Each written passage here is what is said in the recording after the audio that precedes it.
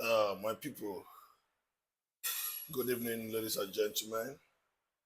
And I want to give you a,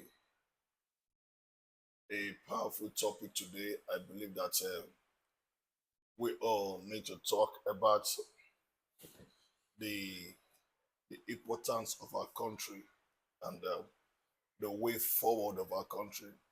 And when we don't talk about this, I tell you, we cannot handle the next generation. We cannot handle what the next generation. So we need to set a focus and a dream for how Nigeria and Africa can become great. Yes, it's a platform for everyone to express themselves, to do one or two things, to talk. But the rate now which we are going in this country is something that we need to talk about, and not just talk about it like every other social media space, but like every other channels TV. But we need to think, what is the problem of this country and how the problem of our country. And I think that is what everybody need to understand, that Nigeria is not to one person or belongs to one colonialism or one colonial master. It belongs to you, it belongs to me, and it belongs to everybody. And one of the things that we want to do today, I want to tell you that there are so many things that we need to do as Nigerians and how we can solve this problem. The only way for us to solve this problem is to first of all admit that there is a problem in this country. There is a problem in this country. We must admit that there is issues that we need to solve in this country. And I myself am not comfortable with the way things are going in this country, even in our state and local government and communities. And that's why every one of us need to come on board and tackle this issue.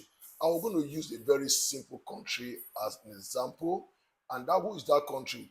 And that is a place that everybody in this world is running to. Everybody in this world is running to. Everybody in Africa is running to. But how did this country did it? How did this country came out from this calamity? How were they able to survive? How did they rise to become one of the best country in the world? And as of today, they are the second world country in the world. They are the number two in the world right now. They are one of the best country, number two in the world. But did they really have a did they really have a strong time? Did they really have a bad time? Did they really have a worst time? And how did these people came on board and how where they are today? And there is one thing I want to tell you. What I want to tell you is so very important. And with this, God has helped us, and God is going to showcase us and make us a great country. I don't believe in talking too much. You talk and you're not taking action. It is high time we Nigerians need to take action. It's high time everybody need to take action. It's high time people need to begin to see that Nigeria is not just a useless country. It's a country with integrity, and it's a country with people that has brain, and it's a country with people that has mind. And who is it? What's the name of this country? Now I want to tell you how shy now. I want to tell you how shy now raised from poverty in how China poverty innovation, how China raised from poverty to a nation. I get it. From poverty innovation, China raised as a global continent, a global country. China poverty raised from poverty to innovation, and China rise as a global innovation hub. From poverty to innovation, China rise as a global innovation hub. So this is a country. Was China really poor before? Was China that people are talking? Everybody, people in the West, everybody is going to China. Oh, every big business guru, people like the Dangote, every world class, even Americans, other countries go to China for production. So how did China get to where they get to? That is the question. How did China overcome this, what they are right now? How did China overcome their calamity, their devastated mood? How did China emerge? How did the people contributed? What was their policy? What drive? What pushed them? These are questions we need to ask ourselves. What pushed them? And how did they cooperate? These are questions Nigerians need to begin to ask themselves. As far you are 18 and above, these are the questions you need to ask yourself. We should stop this syndrome of money.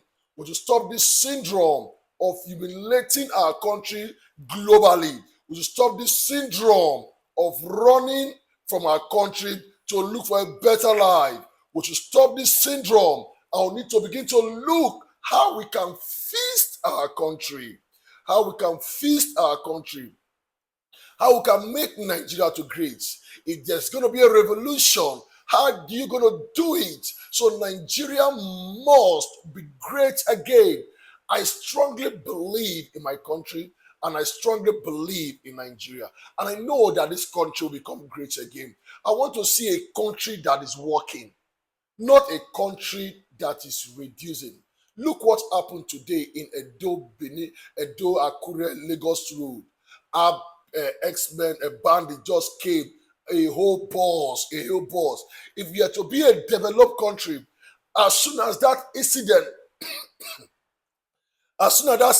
took place, you will see the security with their shopper and with all the policemen, with their dogs, all of them begin to enter into the bush and they'll be chasing them. Those who are working with helicopter, telegram, Nigeria, we have to wake up. We have to wake up. We have to wake up. We have to wake up to feast this country. We have to wake up to feast our country. We have to wake up to put things right. We have to wake up to understand, to obey law and order so that our country can be good again. And that is what I stand for. And that is integrity I stand for. And now I know we can build this country and we can make Nigeria work again. I want to deviate. I want to tell you, just a few decades ago, China was one of the world's poorest nations. A few decades ago, China was one of the world's poorest nations. World poorest nation. I don't think that Nigeria has found themselves in that state since the creation of Nigeria.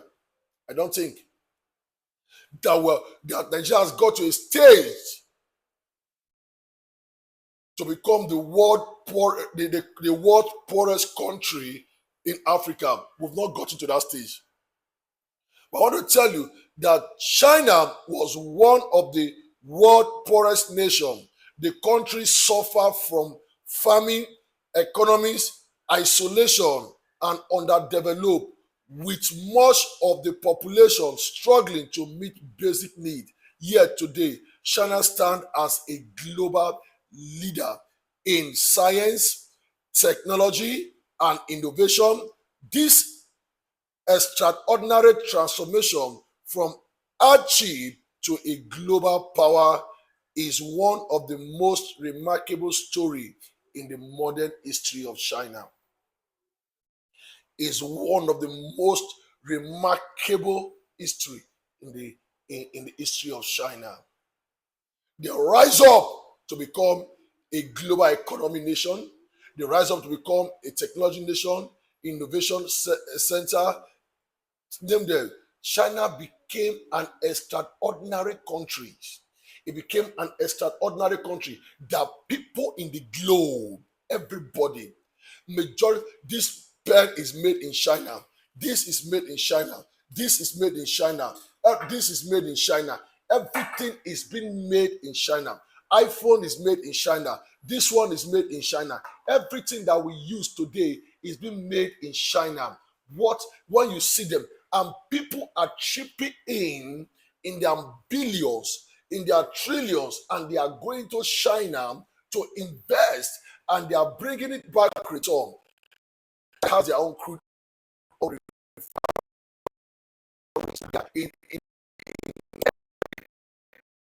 I want to tell you,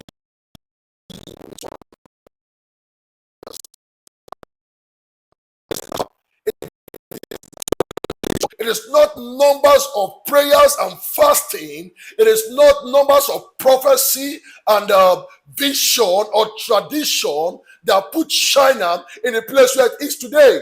It is not. It is not. It is not numbers of gathering of multitude, praying and speaking that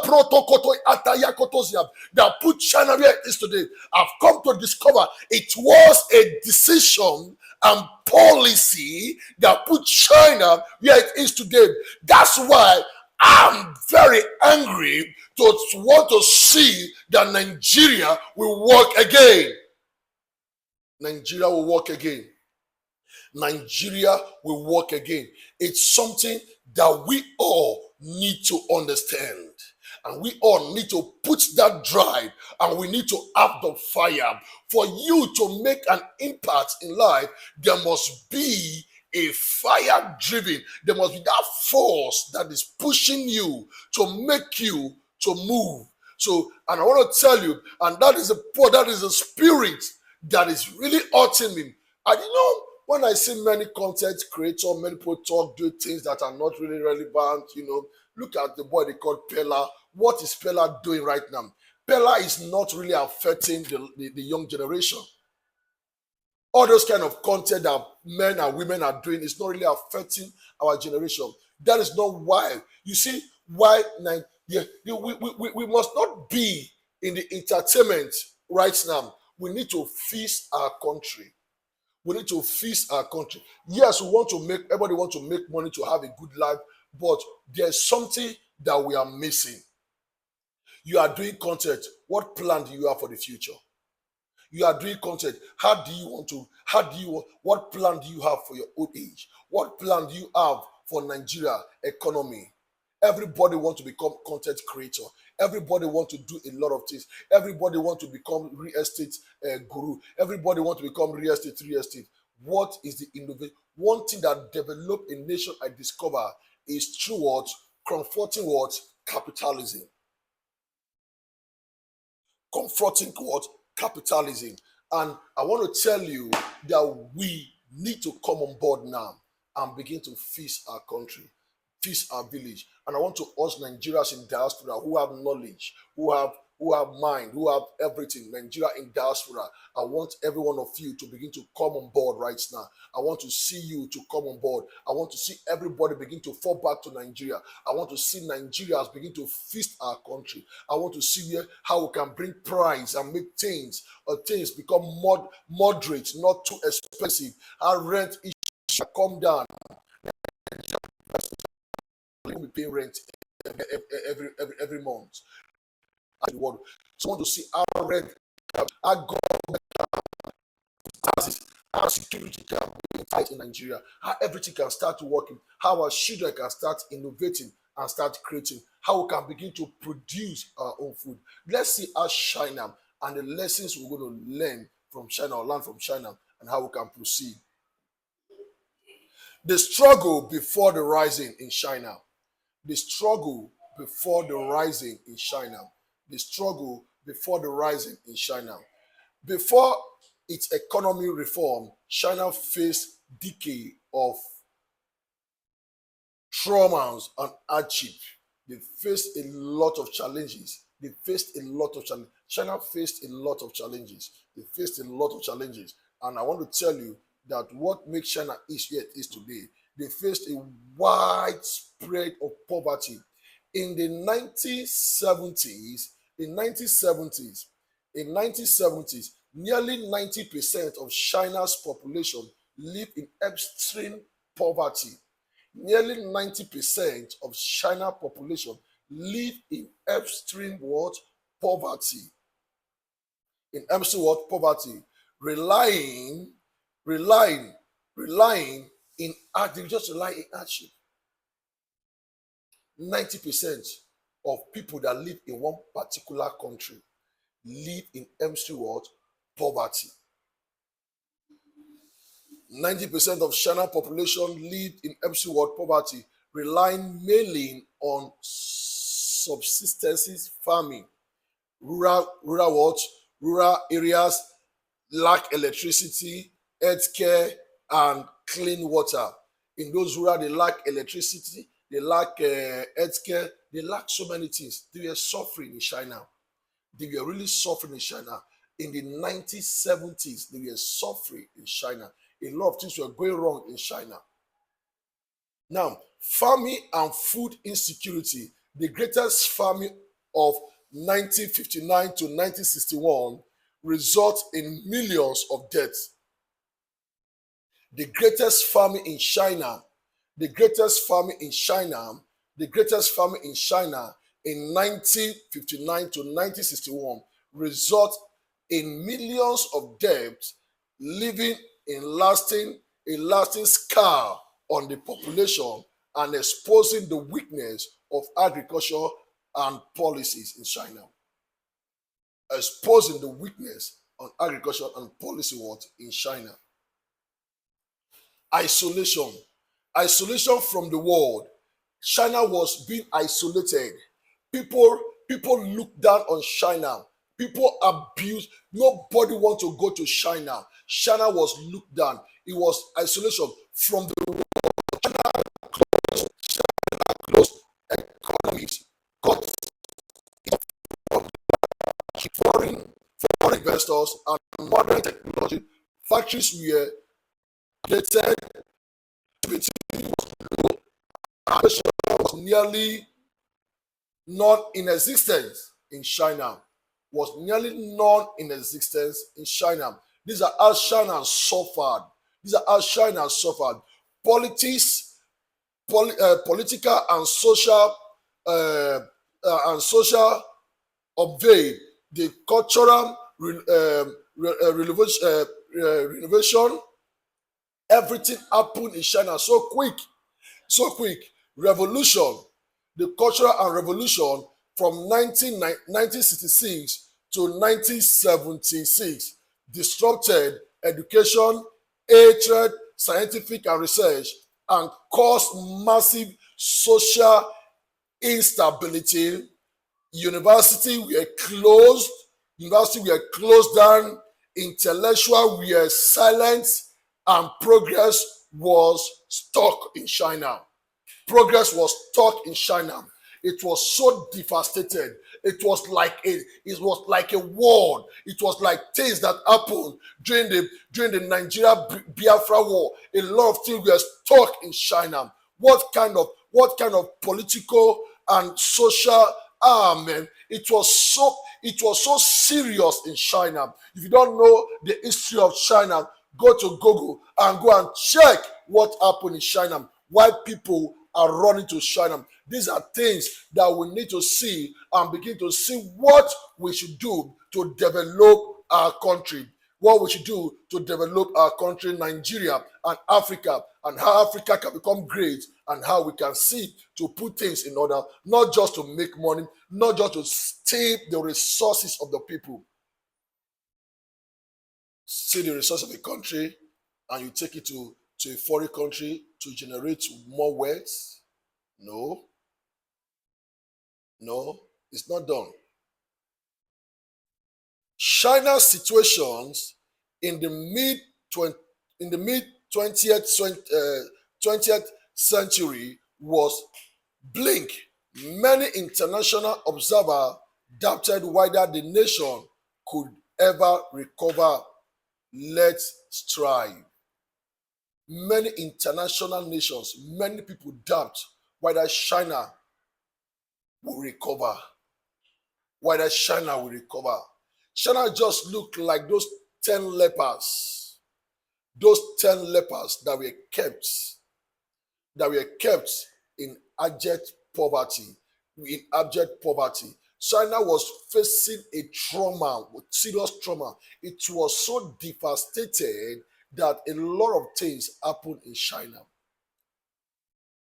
Two, the turning point, economic reform and opening up.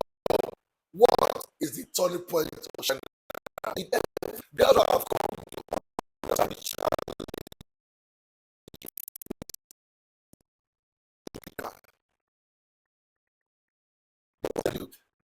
the point is coming to Nigeria. A turning point is coming to Nigeria. A turning point is coming to Nigeria. We have to feast this country. We have to feast Nigeria, and we have to make this country to become great. A turning point is coming to Nigeria. We have to see, we have to think of what we need to do. This turning point is something that will drive us all over the world. I will begin to see that Nigeria will be made strong and become great again. Then we must have this passion. The breakthrough came in 19. The breakthrough in China. The breakthrough in China came in 1978 when then Axifun introduced sweeping reform. Sweeping reform. China shifted from a planned economy to a market-oriented one, welcoming foreigners in foreign investors to investment, welcoming foreign investment, and encouraging private enterprise and social economic zone. Are you getting? Starting with what? With Shane becoming NG of industrial growth. This marked the beginning of China's journey out of poverty. It was marked the beginning of China when the then Axifo came, he introduced sweeping reform. He called it sweeping reform, to sweep, and everything began to change. There must be something that will shift in the Nigeria economy. There must be a reform that will come. There must be a policy that will come where the government cannot establish everybody. There must be a policy in the bank. Just imagine in Nigeria, you want to get loan for bank, you can't get money to do business in this country. You can't get good loan to start up a business. You start up a business, you can't sustain it within 4, 5 to 6 years. If your business cannot break through, you can't break through. Some will say that you cannot, if you don't join a kind of a particular court, you cannot strive in anything.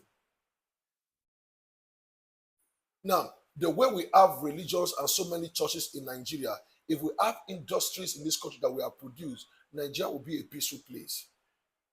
But rather, we are creating people that are going to become more poorer in the future. Look at everybody today want to become a pastor. Everybody want to become a pastor. Everybody want to preach. Everybody want to become a servant of God. Everybody want to become an imam. Everybody want to become look what they are doing in the northern part of Nigeria. Everybody want to become something. But that is not what develop a country. That is what kill a country. Religion kills a country.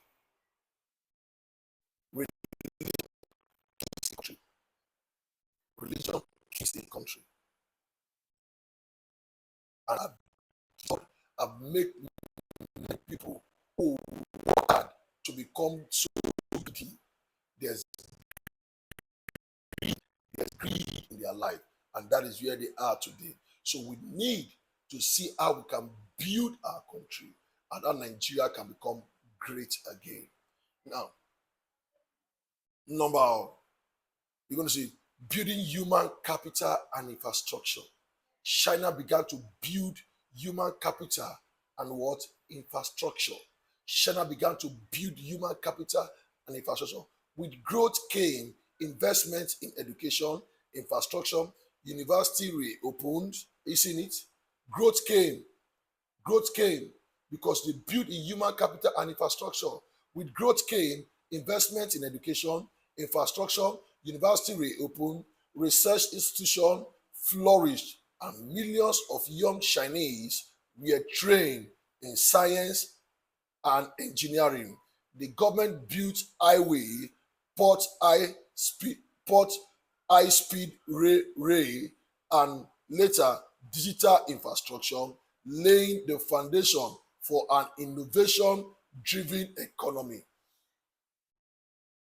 He said, laying a foundation for an innovation-driven economy. So the government began to invest in the people. They opened up trade center where they began to train people how to become innovative. I saw a video where some Chinese children of age made were repairing losing engine and nuts. But here in our country, God will have mercy on all these leaders in Nigeria. God will just have mercy on all these church leaders. They will gather children. They will gather children to put them that they are doing fasting for 3 days. They are doing one children convention.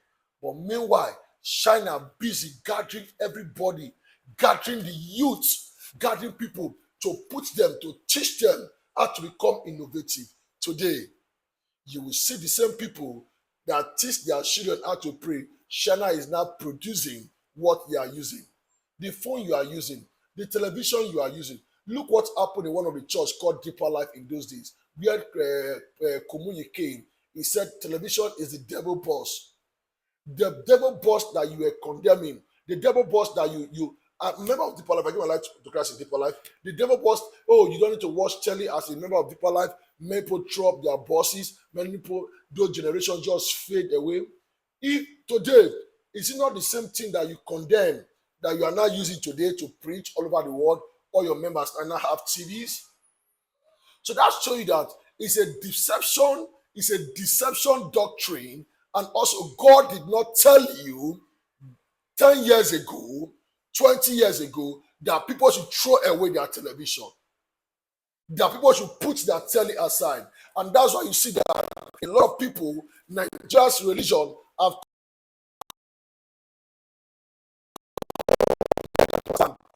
also see it doesn't work like that in China. The government invested, the government put resources, the government do things that give them wealth. And I want to tell you that we need to begin to see what happened in China. From made China to innovation China. Made China to what? To innovation what? Innovation China. China was innovated. It was innovated. They brought China into a particular spot. Are you seeing it? At first, China became the world factory producing cheap goods for export. But over time, the nation climbed up to the industrial ladder, focusing on advancing sectors such as high-speed trains, renewable energy, space exploration, biotechnology, biotech, and artificial intelligence. Tech giants like Aru and Alibaba, are you getting it? And BYD showcases China's shift from imitation to innovation. From imitation to what? Innovation. Do you see how it grows? The rise of innovation hubs in China. The rise of innovation hub in China. Cities like Shenzhen, Beijing, and Shanghai transformed into global innovation hubs. One of its finishing village became China's Silicon Valley, home to thousands of startup and technology leaders. This success was supported by the government policy, venture capital, and a new culture for entrepreneurship. A new culture for what? For entrepreneurship. It was growing. People were benefiting. People were seeing life. Things were working in China. Things were working in China. Things were working in China. China grew, leading the future. Leading the future. Today, China is a global leader in areas such as 5G e-commerce. China is a global, China is a global leader in areas of such as 5G e-commerce, digital payment, and renewable energy from its difficult past marked by hunger and isolation. China has risen to shape the future for global innovation. For global innovation. It has risen to shape the future to a global innovation. And what are we saying here? And what are we doing here? And what are we saying?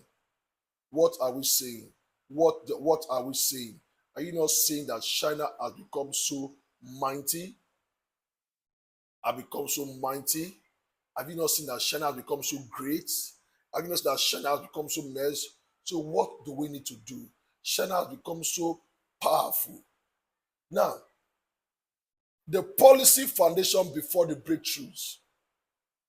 The policy, there is a policy foundation before the breakthroughs. There is a policy foundation before the breakthrough. The policy foundation, several important policies were put in place. Several important policies were put in place as stepping stone to transformation. That was sometimes when I look at the policy President Tinubu is putting right now, I don't want to judge him. Maybe some of this policy might be the policy that will transform Nigeria, might be the policy that will make Nigeria to work, because there must be hard policy to make the system work. They must give. They must give. For anybody to die, somebody must come on board and somebody must go. The earth must release somebody and heaven will release somebody. Are you getting it? When creation is happened, that's a seed time and harvest time will not cease. Whatever a man puts on the ground, that is what you will see. Are you getting it? And I pray that God Almighty will going to help us to see from a different direction. Now, one of the policy, the household responsibility system from 1978 to 1981, farmers were allowed to manage their own plot of land, sell surplus, produce after meeting state quota. This policy ended the chronic food shortage and boosted agricultural production in China. Government gave a lot of policies that farmers gave them money, put a lot of things that they should do. The first thing they tackled in China was to tackle food insecurity. The first thing they tackled that led to the breakthrough, they tackled what? Food insecurity. So Nigerians will need to learn from this to opening up to foreign investment. China now open up their border to foreign investment to come on board, not locking your borders. China opened their borders to foreign investment. For foreign investment, the government create a special economic zone, SEZS, in a coastal city like Shenzhen and Zhou, and the names are too much. These zones offer tax incentive model, infrastructure, and greater freedom for private business and foreign investors. Foreign investors, as we don't chase foreigners, foreign companies. I want to appeal to all world presidents: don't chase people away from your country. Allow people to move, to navigate around the world. Everybody has their potential. Everybody know how they can explore and make every country great. Everybody must have access to move around the countries and make things great. Let the world become a global community. Here we can have access to everybody. Here we can have free access to know things. The immigration laws should need to be looked into and open the borders for people to come in.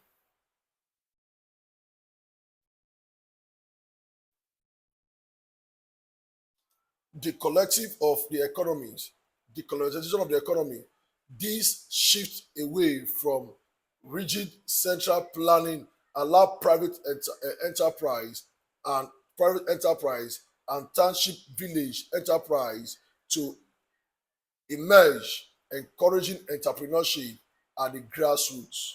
The government were encouraging entrepreneur at the grassroots. We are encouraging entrepreneur at the grassroots for modernization policy first introduced in the modernization policy modernization policy first introduced in 1978. This policy focused on modernizing the agriculture.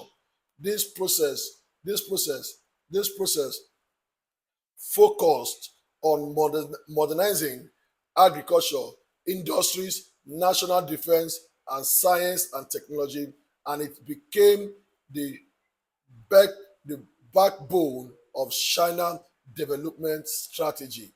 It became the backbone of China development what? Strategy. So we need to look into it. Sometimes say, oh, I don't want to spend time. I don't have time to waste. You must have time to waste to listen to something that will change your life. You must have time to listen. You must have time to focus. You must have time to do what you need to do. You must have time to focus. These are things that we need to do. Educational reform. Education reform. There's what they call the education reform. The education reform is one of the things that have kept China where it is today. University was reopened after the Cultural Revolution, and merit-based examination were reintroduced in 1977. This creates a generation of educated citizens ready to fuel the innovation. That's why the government need to create a breed to train children, give them shelter, give them food, let them be focused, let them have the mind to do what they need to do, give them the ability. No child should suffer to pay school fees in Nigeria. The government should look into it. No child to suffer, especially all these are technology schools, technical school, technical college. Nobody should suffer. School fees must not be what will deprive a child that has a greater future. But look what China did. They opened all these things.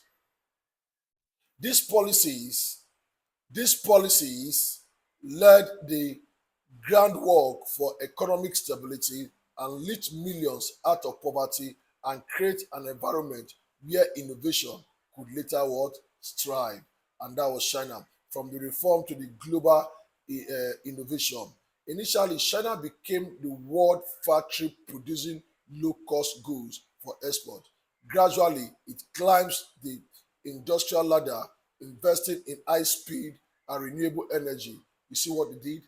They began to climb. Now, you see what China did? It has become, and I want to tell you to give you a summary of it. Are you getting it? It's a summary before their transformation. China faced hardship. And I tell you, in 1949 to 1950, early year of the People Republic, the country was devastated by war, weak industry, and food shortage. In 1958 to 1961, the greatest leap forward, are you getting it, of agriculture led to what? To widespread of farming. I've said that before. You see, before the revolution, school and university were closed. Now, and I want to tell you that these policies that came on board, these policies that came on board, these are policies that gave birth to countries, and these countries were so powerful. And I want to tell you that China today is a strong country which the government have built. Are you getting it? These are things that we need to see in China. Before we conclude, what are the lessons? What are the lessons Nigerians and other African countries need to learn from China? What are the lessons that Nigeria and other African countries need to learn from China? There are many things that we need to learn from China. Lessons can learn from China rising. Number one, what are the lessons Nigeria need to learn from China? And I want to tell you, there are lessons that Nigeria need to learn from China. There are lessons that Nigeria need to learn from China. and that's going to be part two of our message. It's going to be part two of the next topic. What are the lessons Nigeria need to learn from China? It's going to be a part two of it. It's going to be a part two of it. What are the lessons? It's going to be a part two of it. There, we will come out on that broadcast. What are the lessons that we can learn? You can check me on my YouTube page, on my Facebook page. You're going to get the part two of what Nigeria can learn from China and how Nigeria can become great. Thank you. God bless you.